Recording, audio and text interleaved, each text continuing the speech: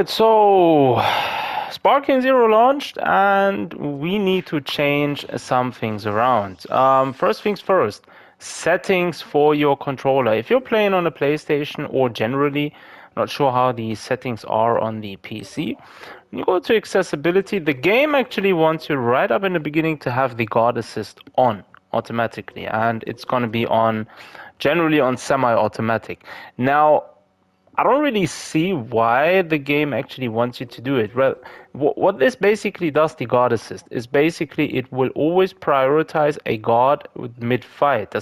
That basically means even if you time like a vanish step, for example, perfect, you will still do a guard.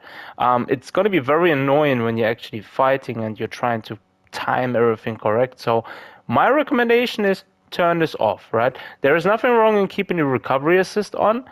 This is actually all right, but the guard assist definitely needs to be off. As for the battle assist, again, it's going to change to custom once you change this around. So that's one thing I would be changing. Now, the other thing I would be recommending is actually changing the control style settings to classic. Now, if you look at the standard is basically this one. It's on the left, it's going to be ascend and descend. Guard is on R1. Well, it's basically a standard setting. Now, I'm used to the classic setting, which I used to play, well, back in the days when Budokai Tenkaichi 3 was out. And this is a setting I'm most familiar with because Descendant, Ascent are on the R1, R2, Charge is on L2, and so forth, right? And you have your guard button on circle instead of R1, which is much more smoother when actually fighting, right? So I recommend definitely changing the controller setting to classic instead of standard, right?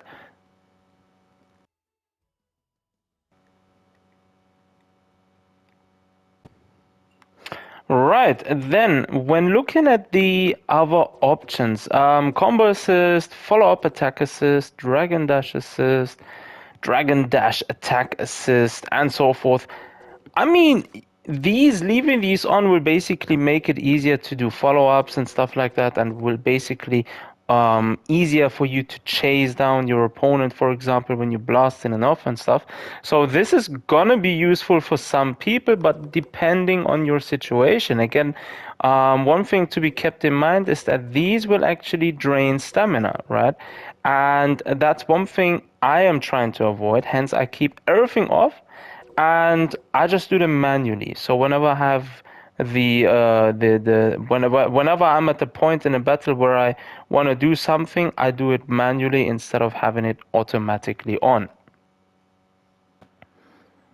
So yeah, I mean, a lot of these options actually have a specific place. Obviously, they are somewhat also designed to make it easier for a lot of people actually to get around different play styles. For example, also when you look at the controller settings, right? The standard setting actually has, for example, if you look at the circle button, is a dedicated button for perception. Whereas on the classic, in order to trigger perception, you have to actually press square and triangle at the same time. So that's one of the main differences. Also, another difference is to do a breakout move on the standard, you just press the R3 button, whereas on the revenge counter, I mean. Whereas on the classic, you have to press L1 twice in order to actually do it. So those are a few differences as well between the two settings, right? So obviously everyone should be testing around and seeing which of these are best. But in my opinion, the classic one is still the best and still the most, let's say, natural way of playing Dragon Ball Budokai Tenkaichi, I may say so, right? So yeah, that's just my opinion, but do let me know down below in the comment section which control style setting you are finding the best and what kind of settings you are also recommending to definitely turn off. But these are definitely the best settings to change around in the beginning, in my opinion. So yeah, thanks for tuning in. Take care of yourselves. Until next time.